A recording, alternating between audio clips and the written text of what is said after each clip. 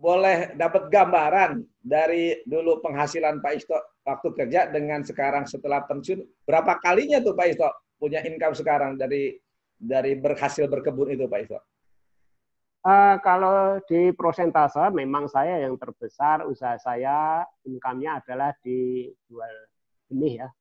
70% diperoleh dari saya menjual benih, 25% diperoleh dari menjual buah. Saya ini kadang sehari rata-rata bisa 10 sampai 15 sampai 20. Yang jelas kalau dibandingkan pada saat kerja mungkin ya lipat sampai 20 kalinya Mas. Dan saya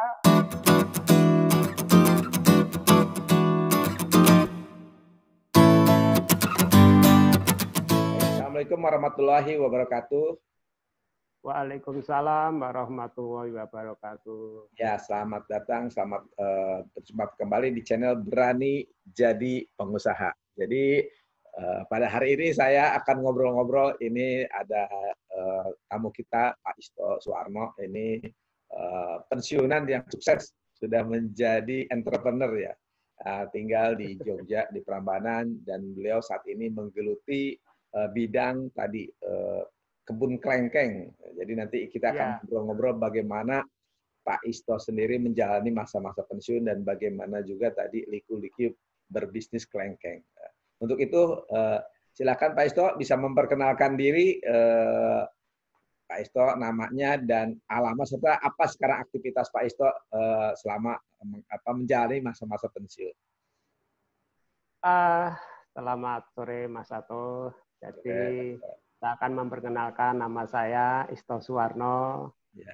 Saya adalah mantan pegawai perusahaan BUMN yang mengelola objek wisata Borobudur, Prambanan, dan Ratu Boko. Saya bekerja di situ selama 29 tahun. Wah. Nah, disitulah saya banyak pengalaman-pengalaman di dunia pariwisata.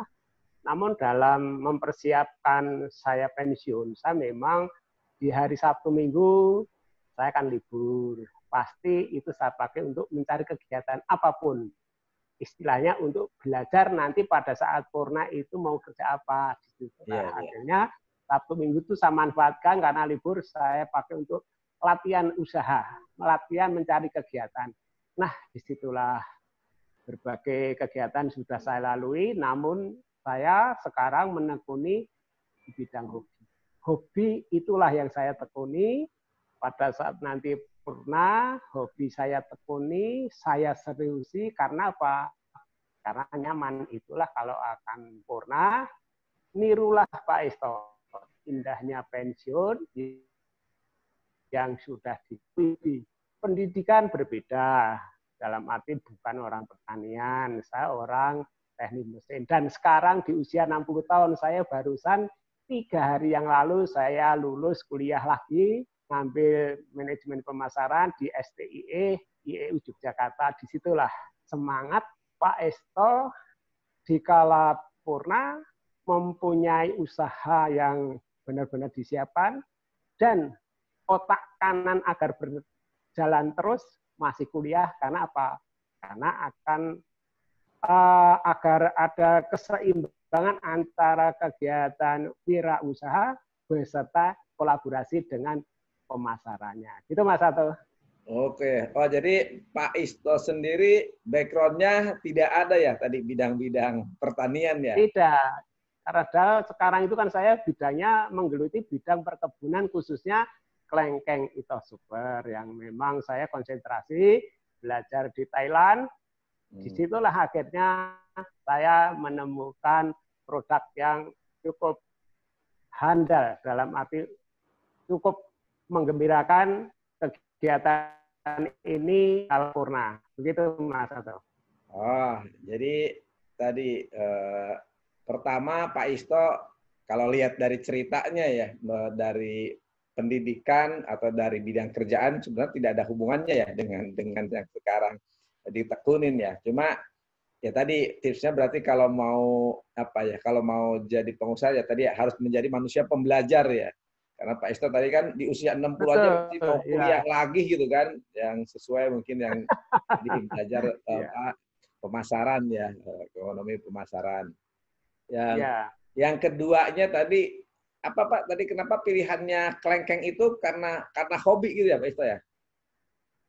Jadi gini ya, saya memilih kelengkeng. Saya kan observasi secara nasional. Kenapa buah lengkeng selalu impor dari Thailand? Apakah negara kita yang setelah begitu subur tanahnya, apakah kita tidak bisa menanam? Disitulah akhirnya di tahun 2009 saya dengan nekat niat saya mengundurkan diri kurang 7 tahun pensiun, saya belajar di Thailand. Lah akhirnya saya benar-benar ketemu di sinilah saya akan menggeluti bidang yang punya belajar di tempat kita ini. Oh, jadi Pak Isto dari tahun 2009 itu udah mengundurkan diri dari perusahaan di usia berapa Pak Isto? Berapa tahun tuh? Ya, jadi saya kurang 7 tahun saya pensiun, namun karena kesiapan kegiatan Purna sangat cepat dan sangat siap, saya akan memilih Purna karena ingin menimba ilmu yang lebih luas di Thailand. Jadi pada saat saya pensiun di usia 51 tahun. Oh, jadi pas 51 tahun Pak Isto memang sudah siap ya? Sudah tadi lihat pasar. Ya, pasar karena kesiapannya yang benar-benar sudah sangat siap. Oh, makanya buat teman-teman yang atau orang-orang yang mau pensiun memang harus dipersiapkan selagi kita masih kerja ya. Apa rencana nanti mau pensiun gitu Pak Isto ya? Betul, jadi minimal lah kurang-kurang 3-4 tahun itu sudah harus mulai apa ya nanti yang harus saya siapkan di kala Purna, dan disitulah saatnya orang-orang yang akan Purna kurang lebih antara 3-4 tahun harus mencari, aku harus belajar kemana, harus pelatihan apa, itu harus disiapkan. Enggak, jangan sampai nanti secara mendadak baru disiapkan, itu kurang tepat Mas Agung.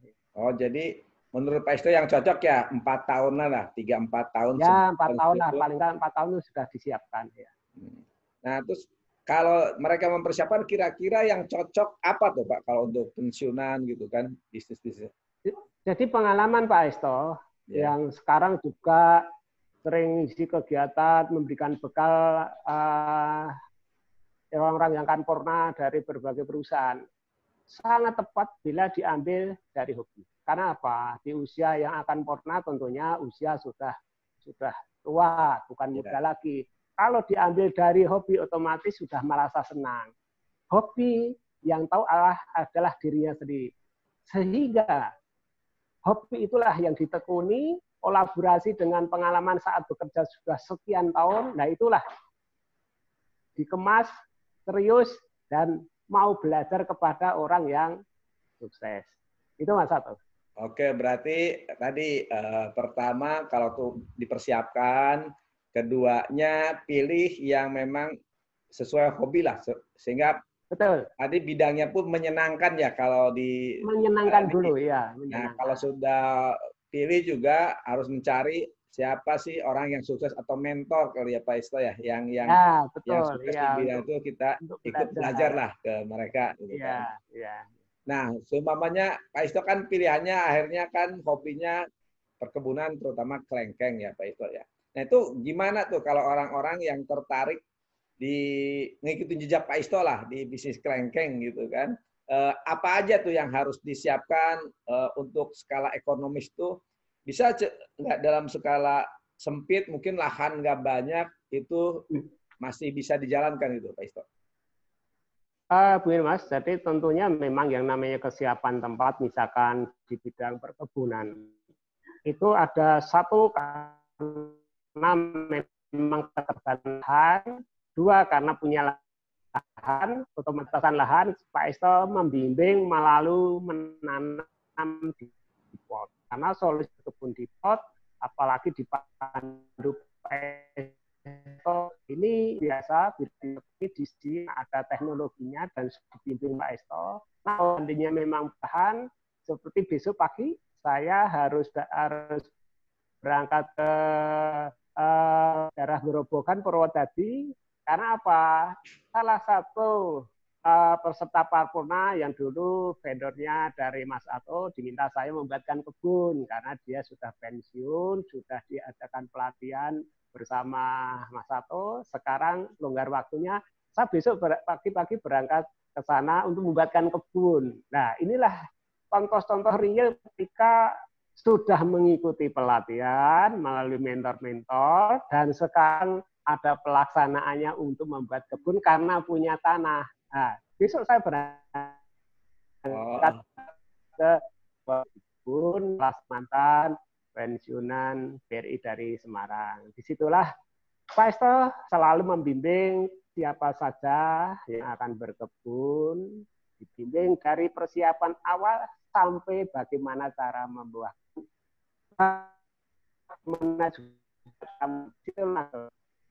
Oh, jadi tadi Pak Isto, kalau berarti bisa ya kelengkeng itu di pot ya kalau yang keterbatasan lahan, jadi bisa alternatifnya medianya pot. Nah itu kalau seminimal mungkin kira-kira perlu modal berapa sih Pak Isto untuk bertani kelengkeng itu? Jadi misalkan menanam di pot, menanam pot itu kan otomatis karena keterbatasan lahan dan ketika berkebun di pot diseriusi karena tanaman itu nanti pendek-pendek 1 meter, 1,5 meter bisa berbuah dan sangat tepat sekali ketika suasana seperti ini menjelang mau Idul Fitri. Bagaimana menyiapkan seorang pensiunan parsel tapi dalam bentuk tanaman pot pendek-pendek berbuah itu kan menarik. Sehingga inovasi-inovasi inilah yang nilai jualnya tinggi karena apa? Karena belum banyak yang niru. Karena apa? Karena belum tahu ilmunya. Disinilah orang-orang akan purna. Aku punya lahan sedikit, bisa nanam 20 pot, dipandu Pak Eto. Inilah suatu peluang luar biasa. Apalagi nanti kreativitas dalam mengembangkan pembuahannya tidak serentak. Dan kalau misalkan nanam di pot, modallah nggak usah banyak-banyak. Kurang lebih 15 juta sudah cukup kalau di pot. Tapi kalau di kebun, tentunya seperti besok ini saya memandu dari pensiunan BRI Semarang, dia nanam 12 pohon yang siap untuk dibuahkan kurang lebih senilai ya total kurang lebih 20 juta. Jadi sebetulnya ya investasi semacam itu kan bukan barang habis, tapi nanti akan berkembang. Begitu Mas Alto. Oh, jadi kalau di pot 15 juta sudah bisa mulai lah. Kita berani ya. Kalau berkebun di halaman yang kurang lebih 500-600 meter ya 20 juta. Tapi kalau mau 1 hektar ya siapkan dana kurang lebih 5 juta, 50 juta. Tergantung nanti berapa luasan yang akan dilaksanakan. Yang jelas resiko usaha di bidang perkebunan sangat kecil. Nah, Pak Isto, boleh cerita sedikit lebih spesifik itu kalau seumpamanya tadi jarak tanam, terus jenis pohon kelengkengnya jenis apa, cocok nggak di daerahnya, daerah yang apa gitu kan? Ya Pak Isto sekarang tekunin jenisnya apa, terus kalau mau nanam berapa sih ukuran jarak tanamnya, terus bagaimana proses tadi pemeliharaannya? Kan suka ada yang juga mitos katanya kalau kelengkeng itu kalau nggak bisa berbuah kalau sendirian gitu. Nah, yang Pak Isto sendiri kok bisa diatur tuh gimana metodenya Pak Isto? Betul Mas Alto, jadi kelengkeng dari Prambanan, produk dari Pak Esto ini namanya kelengkeng Ito Super. Jarak tanam kalau berkebun 6 meter kali 6 meter. Itu nanti dari bibit kecil sampai nanti bisa dibuahkan usia 3 tahun. Terus tanaman ini sangat unik, bukan berbuah karena musim, tetapi diatur sendiri oleh nutrisi. Semua dipandu oleh Pak Esto sehingga misalkan pensiunan mau nanam 120 pohon misalkan. Ya nanti 1 bulan Januari dibuahkan 10 pohon. Februari lagi 10 pohon sehingga orang pensiunan kayak orang juga dapat gajian karena tanaman ini bisa diatur. Mana ada pohon buah bisa diatur kecuali kelengkeng Ito Super yang dari Pak Esto. Demikian pula kalau yang nanam di pot. Nanam di pot juga diatur. bulan Januari punya 5 pot berbuah, Februari 5. Nah itulah sehingga kreativitas semacam ini bagi orang pensiun menyenangkan.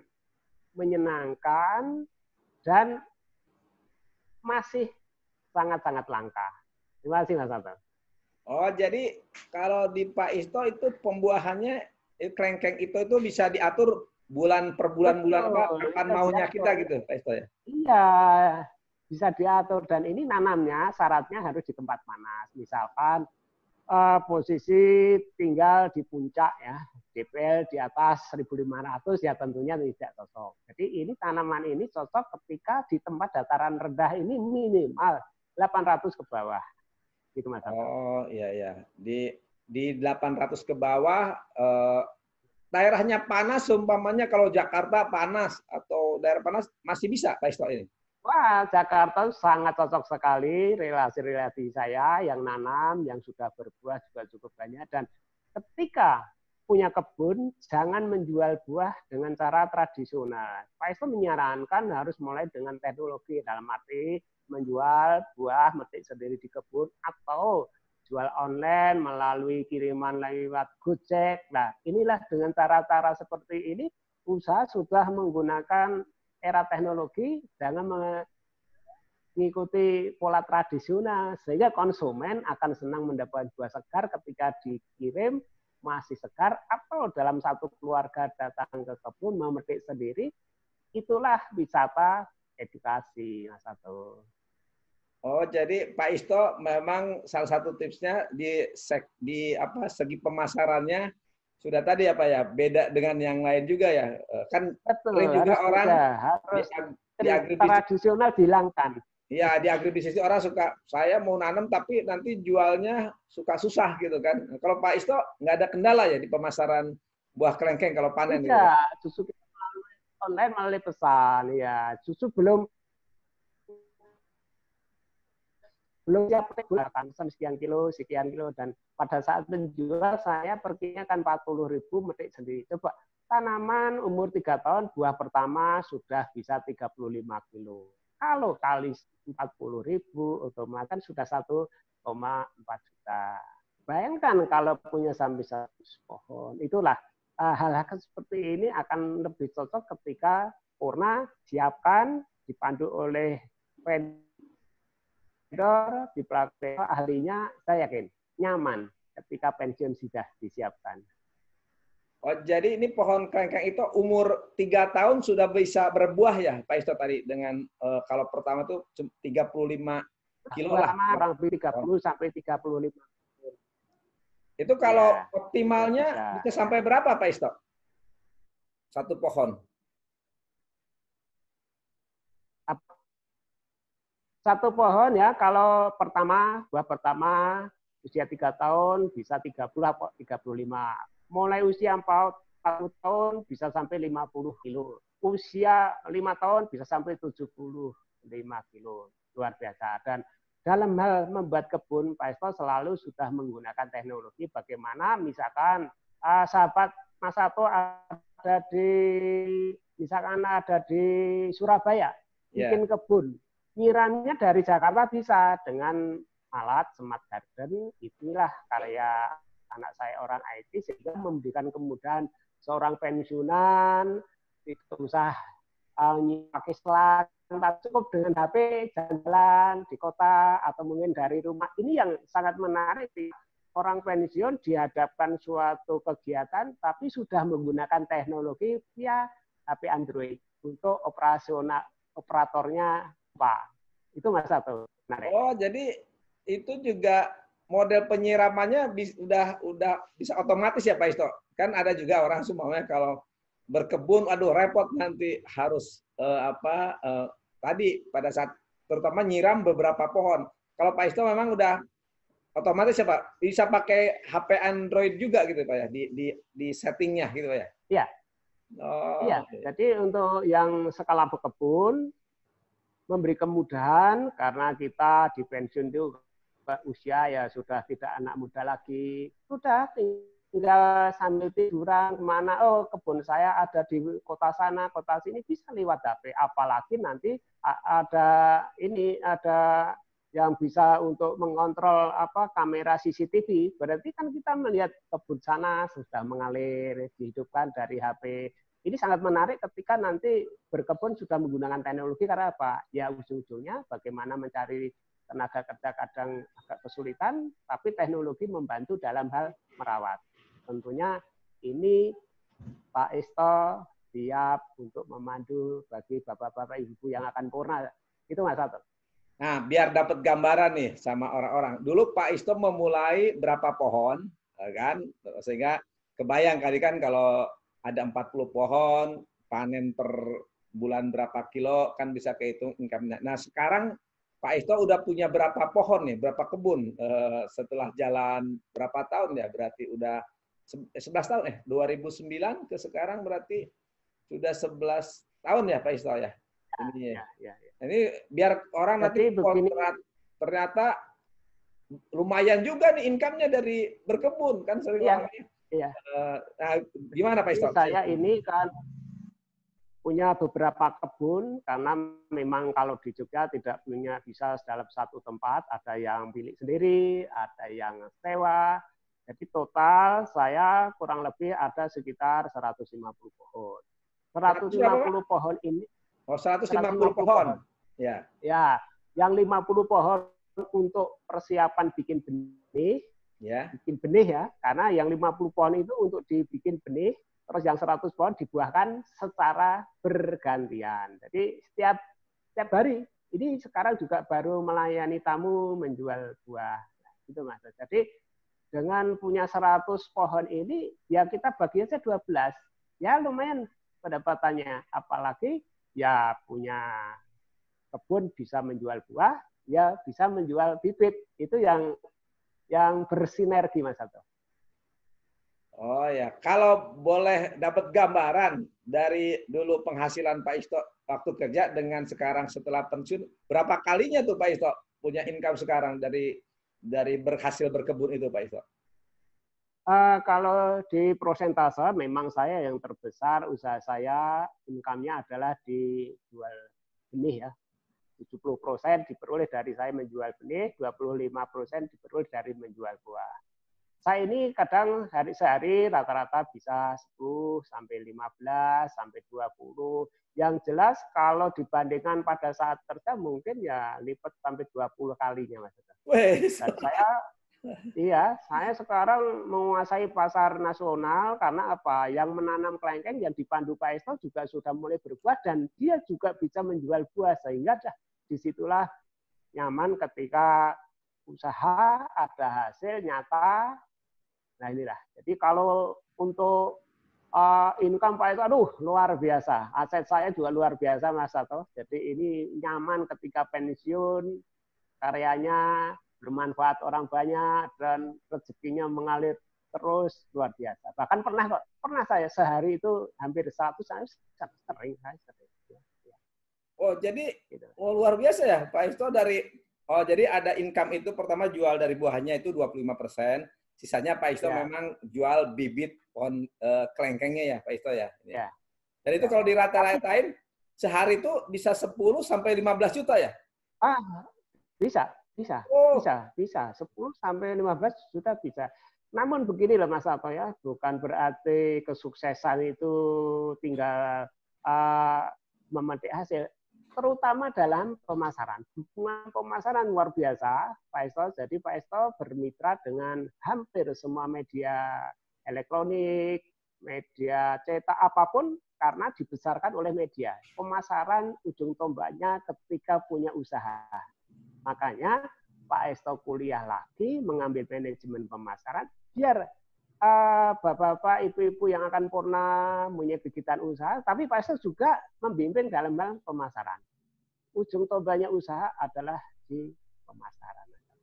Oh, oke Pak Isto. Jadi tadi pertama Pak Isto memang dari hobi, terus menguasai produksi, baik itu dibuahkan atau membibitkan, dan ketiganya Pak Isto juga karena mungkin tadinya awalnya di Prambanan, di pariwisata ya, bagaimana teknik memasarkan yang berbeda dengan yang lain dan bagaimana produk kita juga bisa banyak diliput sama media ya, sehingga Betul. kombinasi antara memproduksi sama memasarkan lewat jalur mana Pak Isto memang terus belajar di situ ya Pak Isto ya. Betul. Dan gini Mas Sato, konsep berkebun Pak Esto akan berlain dengan petani-petani. Karena apa? Konsep Pak Esto selalu punya kebun dalam hal suasana rapi. Rapi, indah, nyaman. Disitulah akhirnya kebun sering dipakai oleh rombongan-rombongan untuk dipinjam untuk arisan, dipinjam untuk senam, macamnya banyak sekali. Ketika kebun ditata rapi. Karena apa? Saya mantan orang pariwisata. Bedanya disitulah. Kalau melihat kebun-kebun yang lain, mungkin banyak yang acak. Dalam arti, ya lingkungan nggak diperhatikan. Tapi di tempat Pak Esto selalu nyaman. Dan silahkan, misalkan ada Bapak Ibu mau melihat keberhasilan Pak Esto, buka saja di YouTube Isto Suwarno. Hampir ada 600.000 yang buka videonya itu. Ya, memang saya lihat kebun Pak Esto berbeda dengan yang lain. Jadi bersih gitu kan. Jadi kita ke kebun itu nggak kayak ke kebun yang kotor-kotoran ya, tapi nyaman buat kumpul-kumpul juga, buat foto-foto juga itu banyak kan yang ya, justru untuk selfie, anak-anak muda, orang tua, disitulah membantu pemasaran Pak Esto. Ya itu memang salah satu apa ya tips dari Pak Isto yang cukup saya juga pelajari, bagaimana kebun Pak Isto itu Instagramable ya. Jadi orang di kebun untuk foto-foto juga menarik, dan secara tidak langsung itu banyak membantu Pak Isto dalam hal pemasaran ya Pak Isto. Hal pemasaran, betul Mas, betul ya. Oke Pak Isto, ini terima kasih nih atas waktunya, atas sharing-sharingnya. Kalau boleh tadi kasih tips ya buat orang yang mau pensiunan atau sekarang nih, orang banyak PHK, katanya ada 6 juta pengangguran baru nih. Ini kan apa tips dari Pak Isto biar orang-orang tetap produktif, apalagi saya tadi Pak Isto usia 60 masih tetap semangat nih, masih tetap punya jiwa muda juga gitu kan. Nah, apa tuh tips Pak Isto untuk teman-teman ini? Tentunya tips Pak Isto, kita ini memang perlu usaha dengan sabar, tekun, telaten, dan bisa membaca peluang pasar. Itulah kunci ditekuni saja. Kalau itu sudah ditekuni, saya yakin. Memang namanya usaha butuh ketelatenan, sabar, tapi yang terakhir ini peluang pasar. Nah, jangan punya usaha yang sifatnya meniru yang sudah booming, tapi inovasi-inovasi dengan cara mengemas yang berbeda, itulah saya yakin bagus kita wirausaha dikala syukur dari anak-anak muda, dari bapak-bapak ibu yang akan purna nyaman. Begitu Mas Sato. Oke, mungkin saya kasih beberapa tadi ya poin-poin yang dari Pak Isto untuk teman-teman yang baik yang mau pensiun atau yang memang mau berbisnis. Pertama tadi kalau untuk yang pensiun, dipersiapkanlah jauh-jauh hari sebelum pensiun. Yang kedua, mulai pilih bidang yang memang disukai, disenangi, sehingga nanti kalau jalaninnya juga tetap bahagia hatinya gitu kan. Yang ketiganya, kalau bisnis ya tadi mengerti tadi bidangnya, kalau sudah dipilih harus yang ada pasarnya juga kita kuasai. Peluang pasar. Peluang pasarnya gitu kan. Dan ketiganya ya tadi ada libatkan teknologi kalau di perkebunan sehingga beda dengan yang lain. Dan pemasarannya juga ya tadi ada kreativitas lah dalam hal pemasaran, sehingga tadi kalau kreativitas itu kan di harga kita bisa lebih tinggi, terus tadi ya lebih menguntungkan ya. Saya lihat Pak Isto kan tadi metik sendiri malahan jauh lebih mahal ya kalau metik sendiri dibanding beli di pasar gitu. Oh iya, dia senang, puas karena ya dapat segar dan dapat sesuatu yang jarang terjadi. Ya, jarang ada, itulah. Ya. Oke Pak Isto, terima kasih atas sharingnya nih sore ini, ngobrol-ngobrolnya. Sukses terus buat Pak Isto, ya mudah-mudahan buat teman-teman yang tadi lihat ngobrol-ngobrol kita bisa terinspirasi bahwa di situasi apapun ya kita harus tetap produktif. Mau sekarang kita mau pensiun, apalagi yang baru muda-muda nih, anak-anak muda yang baru lulus, atau yang baru keluar dari kerjaan, tetap semangat. Tadi karena peluang sudah ada, dan tadi kalau mau belajar di agribisnis, boleh nih ke Pak Isto ya. Nanti di Prambanan ya Pak Isto lokasinya ya ke sana. Ya, betul. Karena banyak Jadi juga saya ini kita lanjut mau berkebun, mau saya perlihatkan kebun saya yang sedang berbuah lebat, sehingga siapa yang akan berkebun nyaman, ada contoh kebunnya Pak Isto yang ada di Desa Telogo, Prambanan, Klaten. Terima kasih Mas Sato. Kita akan di kebun. Ya, terima kasih Pak Isto. Nanti dilihatin ya bagaimana aktivitas Pak Isto di kebun nih, biar teman-teman bisa kebayang itu gimana tuh Pak Isto selama tadi hari-hari Pak Isto di kebun. Terima kasih. Oke, terima kasih Pak Isto. Terima kasih teman-teman Ya. semuanya. Mudah-mudahan hasil wawancara ini bisa bermanfaat buat kita semua. Terima kasih. Assalamualaikum warahmatullahi wabarakatuh. Waalaikumsalam warahmatullahi wabarakatuh.